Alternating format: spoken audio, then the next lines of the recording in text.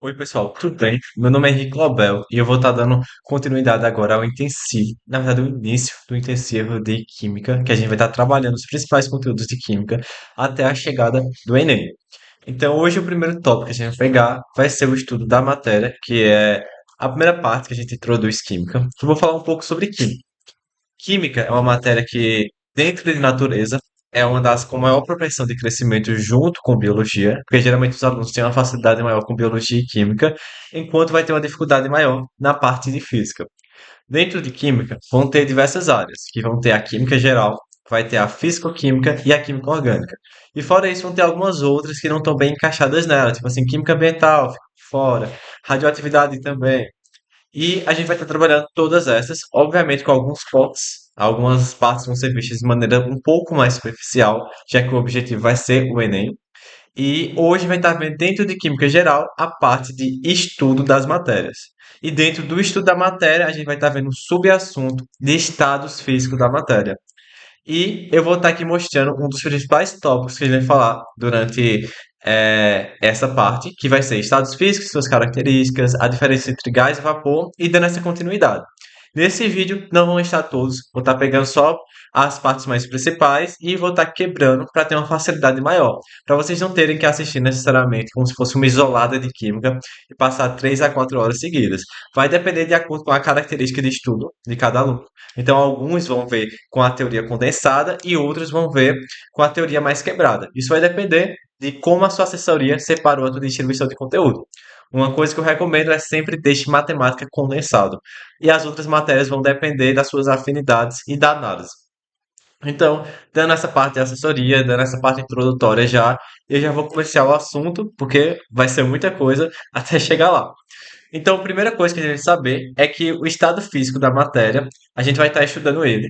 E a gente vai estar vendo três estados físicos específicos, que é o sólido, o líquido e o gasoso.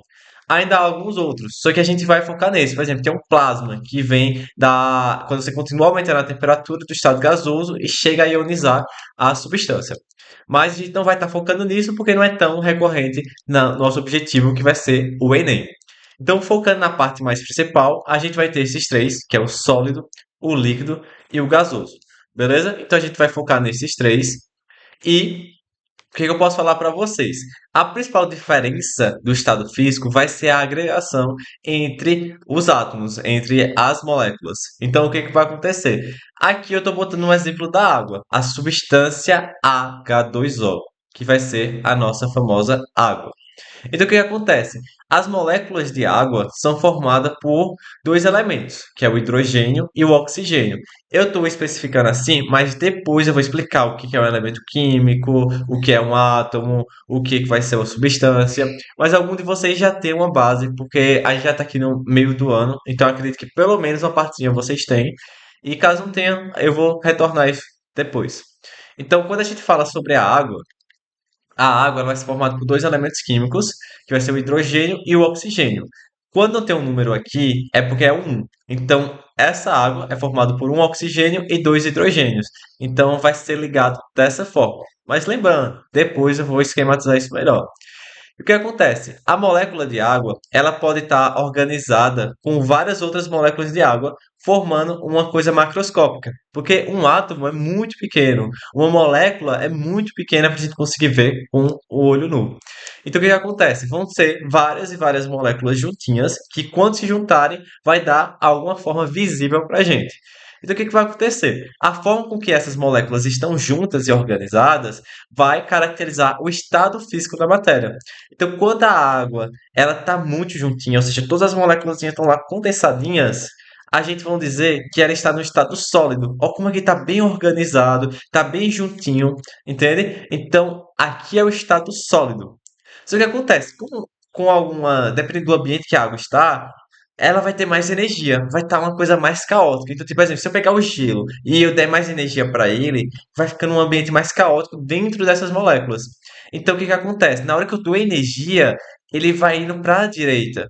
Então, toda vez que estou dando energia, ou seja, mais energia, a água as moléculas de água vão ficando mais caóticas, mais desorganizadas. Então, quanto mais organizadas tiverem, quanto mais juntinhas estiverem, mais próximo do estado sólido vão estar. Mas quando estiverem ficando com mais energias mais caóticas, vão indo para o estado gasoso. Então é isso que a gente pode ver. O sólido é o momento que essas moléculas estão mais organizadas, mais juntas e com menor energia. Aí depois que você vai dando um pouco mais de energia, elas vão ficando um pouquinho mais desorganizadas, mas ainda estão juntinhas. Então é o estado líquido. E depois que você dá mais energia e mais energia, ela vai chegando ao estado gasoso, onde essas moléculas já estão bem caóticas, bem desorganizadas e já estão bem espaçadas. Então assim é uma das características. Então a gente pode ver que o estado gasoso ele vai ser mais energético quando comparado com o estado sólido. Só que uma outra forma que a gente pode ver é em questão da variação do estado físico da matéria em relação à sua forma e volume. Então, o que acontece? O estado sólido, o volume, o volume, ele vai ser constante, constante. E a forma vai ser constante também. Então, quando a água está no estado sólido, ou seja, no gelo, você pode pegar o gelo para cá, você pode pegar o gelo para cá, mexer o gelo todo, ele não vai variar nem em forma, nem em volume. Se eu pegar o gelo e tentar mexer assim, ele não varia, a não ser que eu quebre, né? Mas aí já vai ser uma característica do estado sólido. Então, o que acontece? O gelo, ele tem uma forma e um volume constante. Isso é, ele não vai mudar do nada. Se tiver um pouco confuso, vai entender melhor com a água. Então, o que vai acontecer? O líquido ele vai ter um volume constante, mais uma forma variável. Deixa eu ver, acho que deve ter alguma coisa aqui para exemplificar. Ó, vamos ver aqui a aplicação dessa característica do estado líquido. Por exemplo, estado líquido, volume constante e forma variável. Então, como é que seria isso? Percebe aqui, ó, a aplicação dessa característica do estado líquido. Tá vendo essa menina aqui? Ela tá tomando no canudo. Tu concorda que a água nesse copo, ó, vou pegar esse copo aqui, tô puxando pra cá. Vai ter o copo que ela tá tomando e a água, ela vai estar aqui dentro, beleza?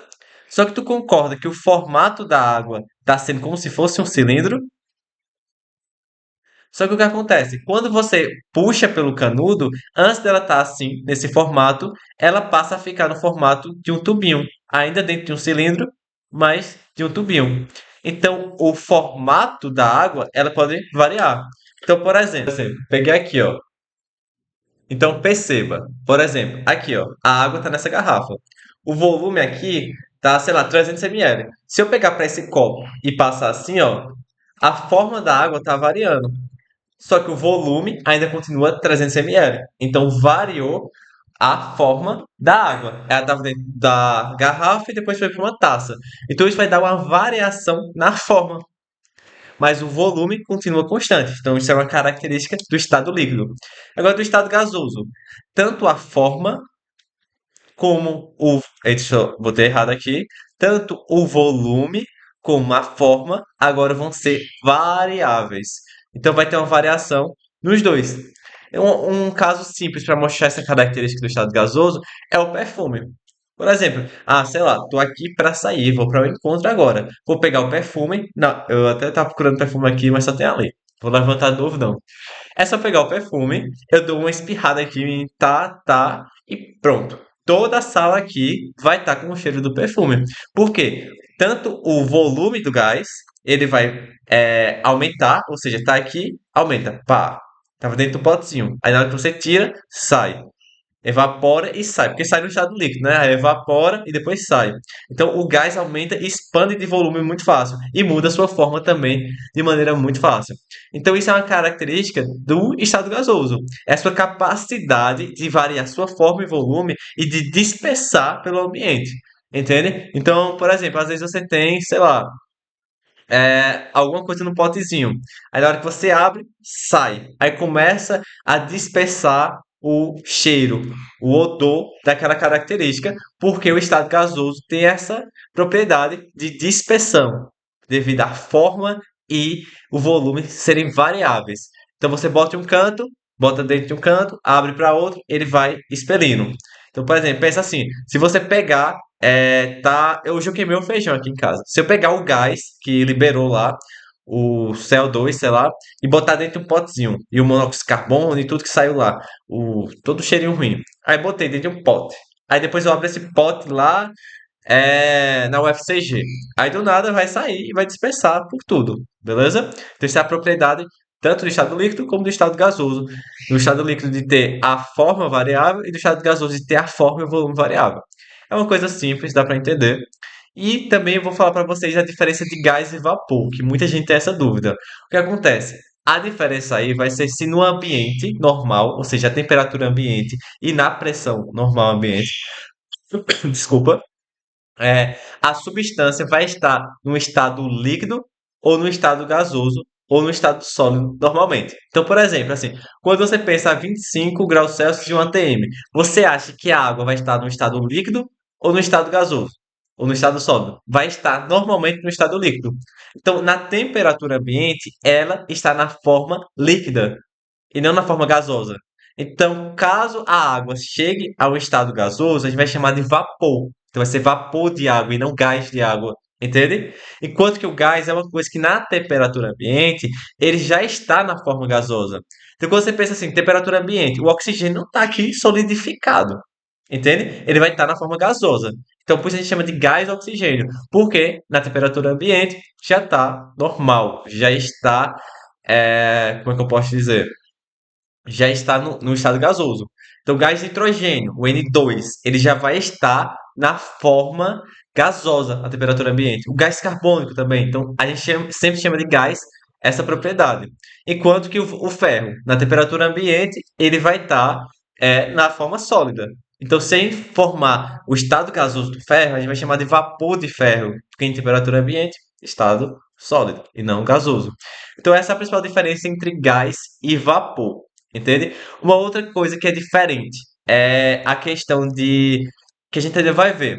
Mas quando a gente passa, vai ter o sólido para o líquido e do líquido para o gasoso.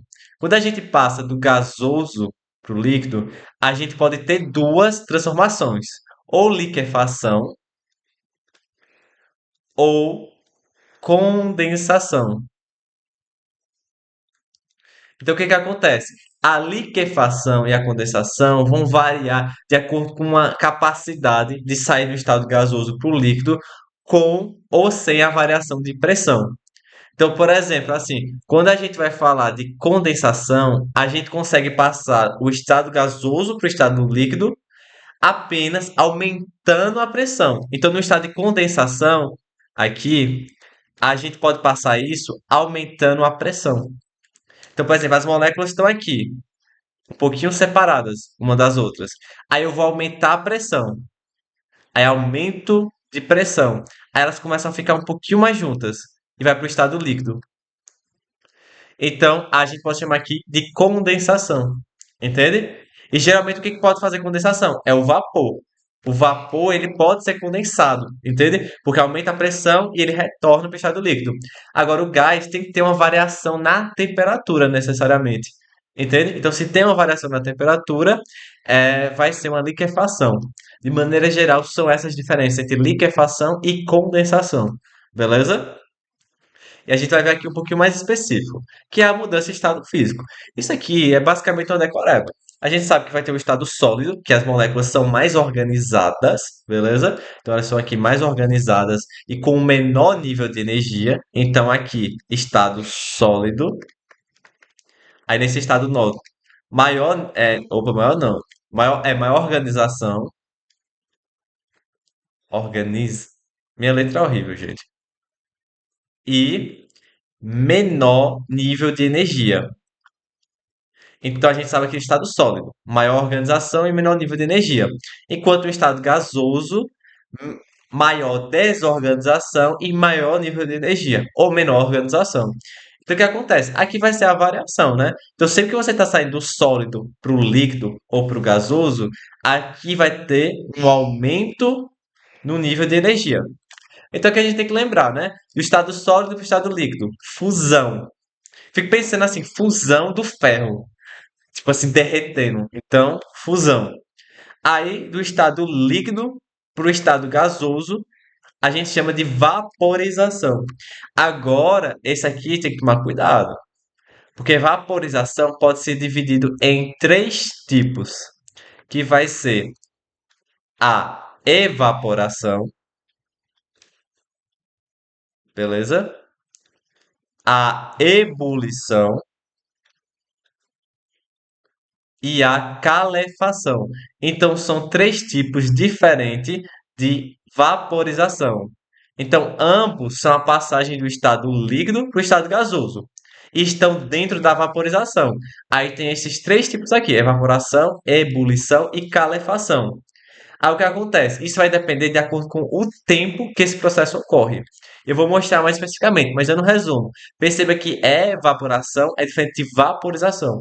Evaporação é um processo mais lento, entende? E acontece geralmente na superfície de algumas moléculas só. Ebulição é um processo um pouco mais rápido que vai acontecer em todo o líquido. E calefação vai ser um processo que é instantâneo, de passagem do estado líquido para o estado gasoso. Então, eu vou dar um exemplo fácil. Evaporação, quando você bota as suas roupas para secar lá no varal. Então, é um processo que vai acontecendo em molécula por molécula, não é em todo o líquido de uma vez. Ebulição é um processo que vai acontecer no líquido todo. Então, quando você bota para ferver o arroz, a água para botar o arroz e para botar o macarrão. Então, quando você bota isso, vai pegar toda a água da panela e ela vai começar a ebulir. Ou seja, vai atingir a temperatura de ebulição. E calefação é um processo instantâneo. Tipo assim, na assadeira, cai uma gotinha de água, aí faz tss, e é bem rápido. Então, isso é calefação. Mas eu vou explicar um pouquinho melhor depois. Agora, o que acontece? Estado gasoso agora para o estado líquido. Ou seja, eu tenho que liberar energia do estado gasoso para o estado líquido. Então, a minha energia diminui. Então, daqui para lá, vai ser um processo que a gente chama de exotérmico. Então, lembra, libera energia, processo exotérmico. Ganha energia, processo endotérmico. Então, de líquido para gasoso, qual processo é? Vai, pronto. É um processo endotérmico, porque o líquido tem que absorver o calor para poder passar do estado líquido para o estado gasoso. Aí a liquefação e condensação, eu já expliquei a diferença, né? Liquefação pode ter com a variação de temperatura e condensação é com a variação de pressão. Então, quando o vapor é condensado, as moléculas se aproximam, aí vai ter a condensação. Agora depende, alguns vestibulares, algumas questões não cobram a diferença, botam como se fossem processos iguais, mas outros pegam um pouquinho mais essa diferença. Aí depende da questão, você interpreta lá e ok. E do líquido para o gasoso, solidificação, é bem óbvio. Aí vai ter a sublimação, que vai ser do estado sólido para o estado gasoso. E a ressublimação, que é do estado gasoso para o estado líquido. Algumas questões também pegam e botam aqui de sublimação, tanto o processo do sólido para o gasoso, como do gasoso para o sólido. Aí isso vai sendo de acordo com a questão, mas é bem de boa. Agora lembra, a naftalina, ela é um processo. Sempre que cai uma questão de sublimação, cai a questão da naftalina. Então, se já apareceu, provavelmente deve ser a naftalina, beleza? Aí pronto, é interessante saber isso. Aí o que acontece? Vai ter aqui o que eu estava dizendo para vocês, a evaporação, que vai ser um processo lento e contínuo que ocorre na superfície do líquido. Então, lembra, além de ser lento, ele vai acontecer na superfície do líquido. Então, não pega todo o líquido de uma vez, pega só a bordinha, uma molécula ou outra perdida, porque uma molécula atinge a temperatura ideal para passar do líquido para o gasoso e as outras não. Então, lembrar disso. Agora, a ebulição é todo o líquido. Então, tá uma panela aqui, a panela. Aí, quando for entrar em ebulição, tudo isso aqui vai ebulir. Então, toda a água. E calefação é um processo instantâneo. Então, tem que lembrar disso. É muito rápido. A passagem do líquido para o gasoso, pá, tss, só lembrar do tss. Então, calefação. Aí, basicamente, assim, os três processos de vaporização. Então, teoricamente, as questões gostam de cobrar isso, mas é bem simples, beleza? Lembrar que, tipo assim, a água começa a ebulir a quantos graus Celsius? A 100 graus Celsius, beleza? Mas a água começa a evaporar a quantos graus Celsius? Aí você responde pra mim, ah não, a 100 graus Celsius tá errado. Porque se fosse assim, a roupa não seria não ia nunca secar, né? Porque ela não chega a 100 graus Celsius para poder secar. Então lembra, ponto de ebulição é quando começa a ebulir.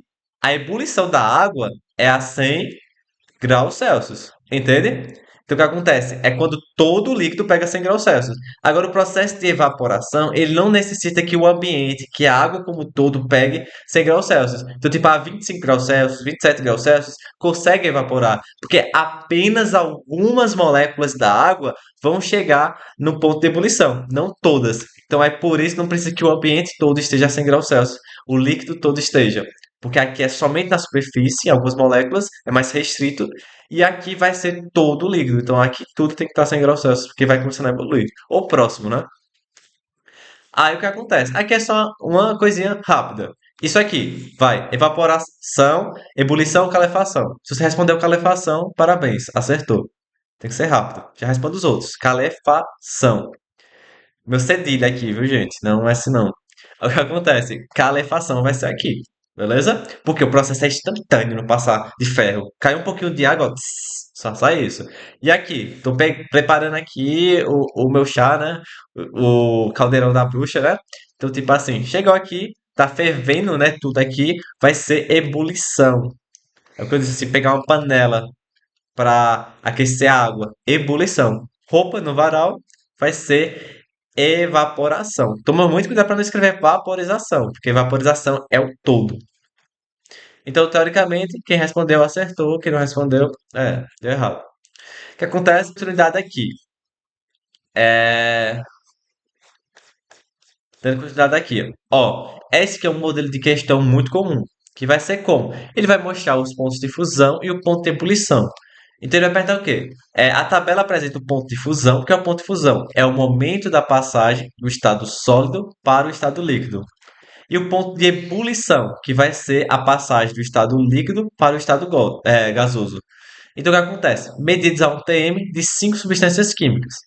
Então perceba, aqui é o ponto de fusão e aqui é o ponto de ebulição. Então eu vou traçar uma divisão. Ó, antes do ponto de fusão vai ser o quê? Estado sólido. Depois do ponto de fusão é o quê? Estado líquido. E depois do ponto de ebulição vai ser o estado gasoso. Então eu vou traçar como se fosse uma tabelinha aqui, ó. Estado sólido, estado gasoso, estado líquido. Então só esquematizando. Aqui é tudo sólido, aqui tudo líquido e aqui tudo gasoso. Por quê? Aqui é o ponto de fusão, ponto de ebulição. Aí ele vai perguntar o quê? De acordo com a tabela, a 35,5 graus encontram-se no estado líquido apenas as substâncias. Então ele quer saber quais substâncias vão estar no estado líquido a 35,5 graus Celsius. Então vão ser as substâncias que estiverem nesse pedacinho aqui. Então só pensar, 35,5 graus Celsius está antes ou depois de menos 77,7? Está depois, então podia estar aqui. Mas está antes ou depois de menos 33,4? Está depois, porque esse número é negativo. Então 35,5 vai estar nesse trechinho aqui. Então a amônia a 35,5 graus Celsius vai estar no estado gasoso, porque ela já vai ter passado pelo ponto de ebulição. E o ponto de ebulição é a passagem do líquido para o gasoso. Então é só você completar assim, ó. Ó, 35,5 está antes de 58,8, mas está depois de menos 7,2. Então vai estar aqui. Aí você só vai colocando número negativo, número negativo. Então vai estar para esse lado. Então é só você botar onde o 35,5 vai estar. E a gente consegue já responder a questão. Então a gente vai saber que as duas substâncias que a 35,5 graus Celsius vão estar no estado líquido vai ser o bromo e o metanol. Então vai ser letra C. Beleza? Agora aqui, sobre o esquema seguinte, que representa um modelo cinético molecular de uma mesma substância, foram feitas quatro afirmações. Vamos ver quais foram as afirmações. Ao passar da fase P para a fase C, o sistema absorve calor. Então vamos entender primeiro. Fase A, fase B e fase C. Se você ver as moléculas, elas estão mais organizadas aqui. E estão mais organizadas aqui. E aqui é o meio termo. Então a gente já consegue saber que aqui é o estado sólido, o estado líquido e o estado gasoso. O processo 1 do sólido para o líquido, a gente chama de fusão. O processo do líquido para o gasoso, a gente chama de vaporização. E a gente sabe que quando a gente sai do gelo para o vapor de água, ou seja, do estado sólido para o estado gasoso, a gente vai ter que dar calor. Então, é um processo endotérmico. Então, nesse caso aqui, para a direita, vai ser um processo endotérmico, com ganho de energia. Então, ao passar da fase B, que é líquido, para a fase C, o sistema absorve calor. Está correta. Então, já pode descartar C e D. O grau de agitação da molécula em A é maior que em B. Não, ó, a em A é tudo mais organizadinho. Então, a agitação vai ser menor. Então, já pode descartar a 2. Então, a gente já descarta A. Sabe que o gabarito vai ser letra B. Mas, dando continuidade. Processo 2 ocorre com a liberação de calor. Errado. Do estado líquido para o estado gasoso é processo endotérmico. Absorve calor. Você pode pensar assim: se eu quiser pegar água líquida e passar para o vapor, eu vou ter que botar numa panela para pegar fogo. Então aumenta a temperatura, né? Processo um ocorre com o fenômeno da fusão, estado sólido para líquido. Então, letra B. Agora bora ver. Em uma cozinha, levando-se uma panela com água ao fogo e iniciando o aquecimento, percebe-se que a temperatura nunca ultrapassa os 100 graus Celsius. Isso ocorre porque as mudanças de fase ocorrem a temperatura constante. Beleza, gabarito. O que que acontece? Quando a gente for analisar, vou dar um exemplo. Toda vez que for uma substância pura, a gente vai ter uma temperatura de ebulição e uma temperatura de fusão constante. O que é a temperatura de fusão? Temperatura de fusão e temperatura de ebulição é o momento que ocorre a passagem do estado sólido para o estado líquido, a temperatura de fusão. Enquanto que a temperatura de ebulição vai ser a passagem do estado líquido para o estado gasoso. Então, nesse momento, a temperatura fica constante, mas, mas a ainda vai receber calor. Só que esse calor vai servir para afastar as moléculazinhas. Então vamos ver essa questão aqui, ó. Tu concorda que está no estado líquido e aqui está no estado gasoso? Para eu conseguir afastar essas moléculazinhas, eu vou ter que quebrar umas ligações intermoleculares. E quebrar essas ligações intermoleculares, eu consigo com energia. Então, quando eu quiser passar do estado líquido para o estado gasoso, eu vou ter que dar uma energia térmica que vai afastar essas moléculas, vai mudar o rearranjo delas. E a gente chama isso de essa energia térmica que passa de um estado físico para outro, a gente chama de calor latente. Enquanto que a que vai pegar e aumentar a temperatura, a gente chama de calor sensível. Então, vou dar um exemplo. Vamos dizer que eu tenho água pura, beleza? A 25 graus Celsius. Então, quando a água no processo A passar de 25 graus Celsius para 100 graus Celsius, eu vou ter que dar calor para isso. Para a água aumentar de temperatura assim, peguei uma panela, botei lá a água, 25 graus Celsius, liguei o fogo, passou de 25 graus Celsius para 100 graus Celsius, eu vou ter que dar calor para isso.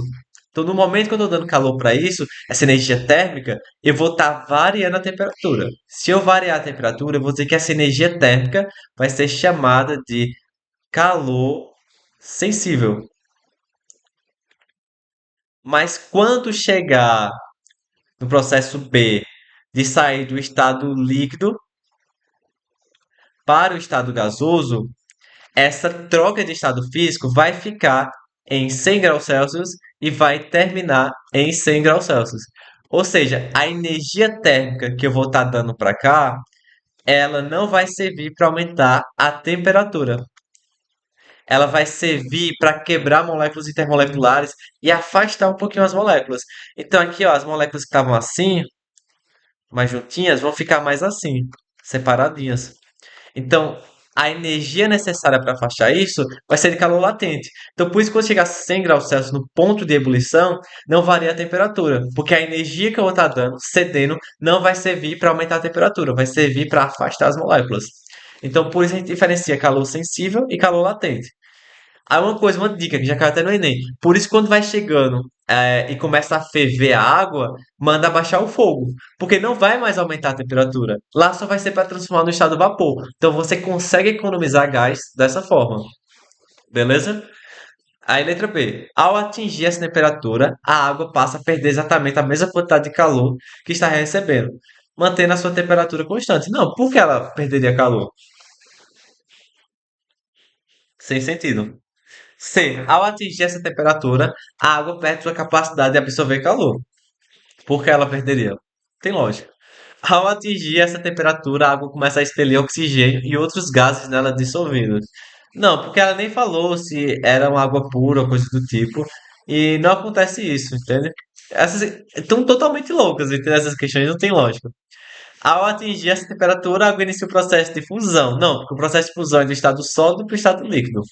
Então, todas as alternativas estão incorretas, com exceção da alternativa A. Aí aqui vai ter a outra, que vai ser. é, Então vamos ver. Os estados de agregação das partículas de um material determinado possuem algumas características diferentes, conforme mostra a figura 1. Então vamos ver a figura 1 aqui.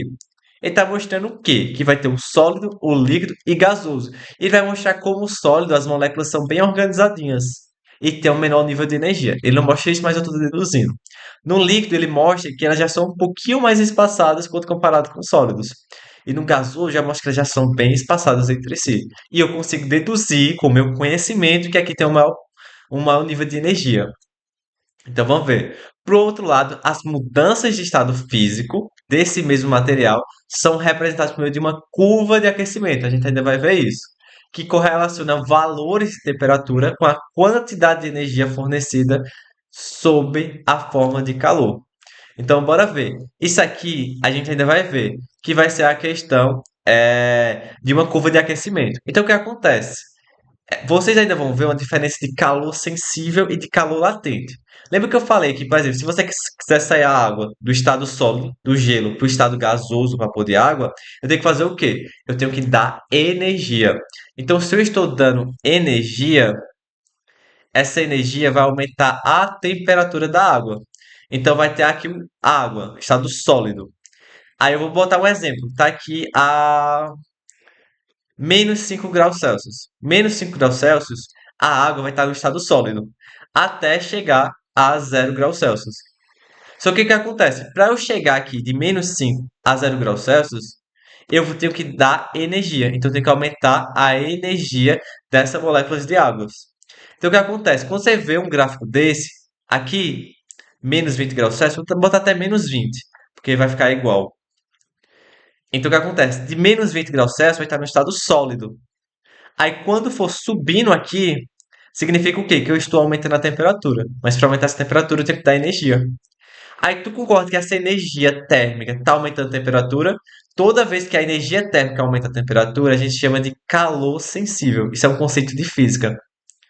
Então, aumentou uma energia térmica que aumenta a temperatura, calor sensível.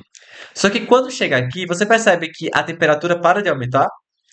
O que acontece? A mudança de estado físico de uma substância sempre vai ser constante. Então, o que acontece? Aqui é uma substância pura, então vai ser constante a mudança de estado físico. Então, eu vou continuar dando energia aqui.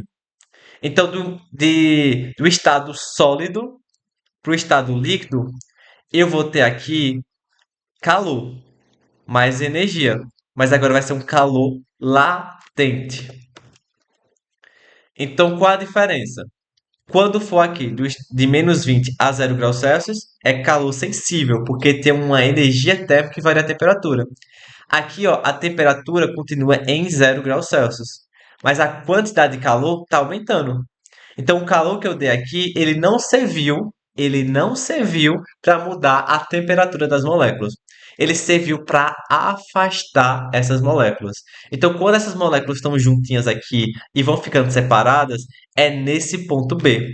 Nesse ponto B vão ter tanto o estado sólido como o estado líquido. Então, toda vez que eu estiver dando calor para quebrar umas ligações intermoleculares entre essas moléculas de água e afastar elas, eu vou estar dando calor latente. Isso aí não tem que aprender agora, não, calor sensível. Tem, mas eu tô complementando para quem tá estudando física já. Olha o que acontece. Vocês concordam que aqui eu continuo dando calor? Ó, continuo indo para a direita, mas o gráfico vai subindo. Então, aqui nesse ponto C, eu estou dando calor sensível. Por que calor sensível? Porque está variando a temperatura. Ó. Tava em 0 graus Celsius e chegou em 100 graus Celsius. Só que agora só está no estado líquido. Então, isso aqui é um calor sensível. Aí agora o que acontece? Parou de novo. Por que parou de novo? Porque chegou no ponto de ebulição. Então, no ponto de ebulição, eu vou estar saindo do estado líquido para o estado gasoso. Ou seja, eu vou estar quebrando as moléculas, as ligações intermoleculares e deixando elas um pouquinho mais afastadas. E nesse momento, todo o calor que eu estou dando daqui é para afastar essas moléculas. Então, a energia térmica está sendo para afastar. Então, aqui é um ponto de ebulição e a temperatura permanece constante. Aí, agora, de novo, vai subindo. Então, se for subindo, está aumentando a temperatura, calor sensível. Isso aí está sendo uma questão um pouquinho mais aprofundada. Eu aprofundei, beleza? Porque algumas pessoas sabem a parte física, algumas pessoas já têm uma base, mas caso você não tenha entendido nada disso, tudo bem, é porque eu adiantei conteúdo e eu vou explicar a parte que você tem que saber, se você está começando agora, beleza? Então, primeiro contato com química. O que que você tem que saber? Você vai ter que saber o quê? Que, ó, uma relação entre os dados da figura 2 e os estados de agregação da figura um permite estabelecer que. Então vamos ver. Aqui, podemos ver aqui, ó, o ponto A. O ponto A está a menos 20 graus Celsius. Tu acha que vai ter mais energia a menos 20 graus Celsius ou a 100 graus Celsius? Então vai ter a menos graus Celsius, a menos 20 graus Celsius. Então a gente pode saber aqui que no ponto A vai ser o estado sólido, porque é o momento que vai ter menos energia. Então perceba, aí pode ver isso porque a temperatura aqui está mais baixa e porque a quantidade de calor dado foi bem pouquinho. Então, quando eu vou aumentando e dando mais calor, ou seja, passando para a direita, você vai vendo que a temperatura vai aumentando. Então, quem tem mais calor é quem tiver mais na direita. Então, quem está mais na direita necessariamente vai ter um estado físico mais à direita, no caso que a gente tinha citado lá. Então, mais gasoso. Vai tender mais ao gasoso. Então, o A aqui vai ser o estado sólido. Aí agora o C vai ser o estado líquido e o E o estado gasoso. Então vai ser letra B, beleza? Aí o que acontece? Eu não posso dizer assim, sei lá, vai ser B, vai ser líquido. Por quê? O B é o momento que está tendo uma mudança do estado sólido para o estado líquido, beleza? Então eu não posso falar dessa forma. Aqui é um ponto de fusão. Então não é nem líquido e nem sólido, é os dois, são os dois. Dando